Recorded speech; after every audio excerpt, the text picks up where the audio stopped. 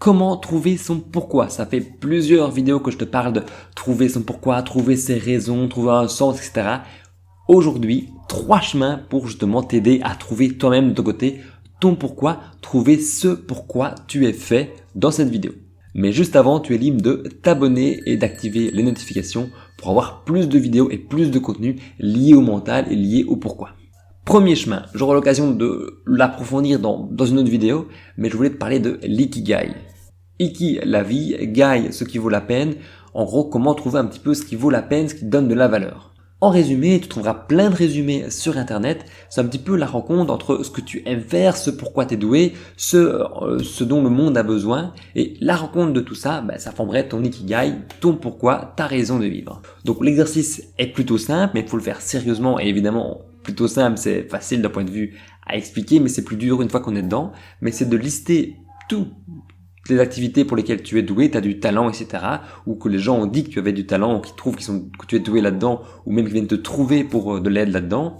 Lister les activités effectivement que tu aimes faire, tes loisirs, tes passions, et peut-être lister aussi qu'est-ce que par rapport à ça le monde a besoin. Et même pour être entrepreneur, c'est aussi dans le schéma de l'ikigai, lister qu'est-ce qui pourrait te rapporter l'argent dans ces activités-là quand tu couples les 4 et que tu as une activité que tu sais faire, que le monde a besoin et qu'en plus tu sais la vendre, là c'est tip top pour trouver ta raison de vivre et trouver un petit peu ton core business si tu veux devenir entrepreneur ou indépendant. Mais à la base, je voulais juste te lancer l'idée, te parler d'ikigai, donc tu pourras trouver plein d'informations partout sur internet, je te laisserai faire tes petites recherches.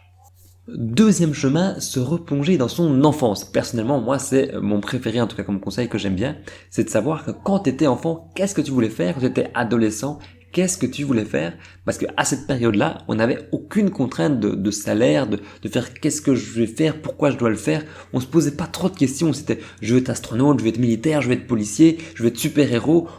Tout était possible. C'est un petit peu aussi la question qu'on pourrait te poser de si tu avais tout l'argent du monde, si tu avais tout le temps du monde, qu'est-ce que tu ferais? Si tout était possible, comment tu imaginerais le monde? C'est un petit peu cette question-là qu'on se pose, sauf que là, on s'est déjà posé et on avait déjà la solution quand on était enfant, quand on était adolescent. Donc la question à te poser, toi quand tu étais enfant, qu'est-ce que tu voulais faire? Quelles étaient tes premières intentions? Est-ce que ça pourrait toujours coller avec toi maintenant? Pourquoi tu voulais faire ça? Et est-ce que si tu essayais de faire ça maintenant, est-ce que ça pourrait être ta vocation, la chose dans laquelle tu te sens bien? Fort à parier que si on me posait ces deux questions-là à moi-même, la réponse serait organiser un festival. Que ce soit, qu'est-ce que tu ferais avec tout l'or du monde et tout le temps du monde? Dedans, peu importe ce que je ferai d'autre, en tout cas, il y aura organisé un festival de musique dedans. Et pendant toute mon adolescence, etc., j'ai eu une montée d'organisation, une montée de passion, en tout cas, pour les organisations d'événements, etc. Donc, fort à parier que ce soit l'un ou l'autre, si je devais me remémorer, trouver mon pourquoi, fort à parier que si je devais trouver une activité dans laquelle je m'épanouis, je pourrais trouver un certain bien-être, etc., il y aurait l'organisation de festivals. Le troisième chemin, c'est le drame. Alors, je te souhaite pas d'avoir un drame dans ta vie, mais j'ai déjà rencontré, et c'est peut-être par pure observation, et peut-être moi aussi, que quand tu as connu un drame dans ta vie, tu as parfois cette poussée de vouloir aider les autres à ne pas justement rencontrer ce même drame. Et c'est pas forcément un drame d'ailleurs. Typiquement, un exemple que j'ai rencontré, c'est notamment une femme qui a été une patronne, parce que j'ai travaillé pour elle. Elle a eu une enfant polyhandicapée.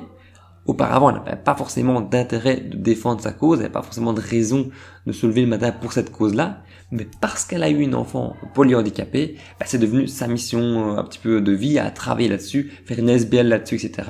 Et finalement, on est devenu une figure un petit peu référente ici en Belgique dans le domaine. Typiquement, je repense, je n'ai plus son nom en tête, mais un entrepreneur américain que j'avais vu également, qui lui, au début, galérait pour monter son entreprise, galérait pour devenir entrepreneur, avait dit que lui, le pourquoi et la raison de se lever, le pourquoi il voulait maintenant aider les entrepreneurs, c'était pour éviter toute nouvelle personne qui veut se lancer dans l'entrepreneuriat de rencontrer les mêmes problèmes que lui au début. Et c'est la même chose avec Stratévie.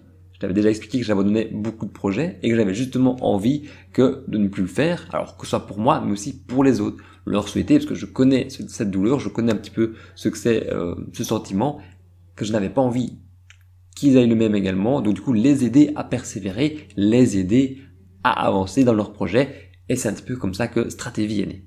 Par contre, à la question pourquoi s'abonner à Stratévie, Tu connais la réponse, je vais un petit peu te la donner. Donc si tu veux qu'on parle plus de mental, que tu veux plus de contenu, etc., n'hésite pas à t'abonner sur Stratévie et activer les notifications.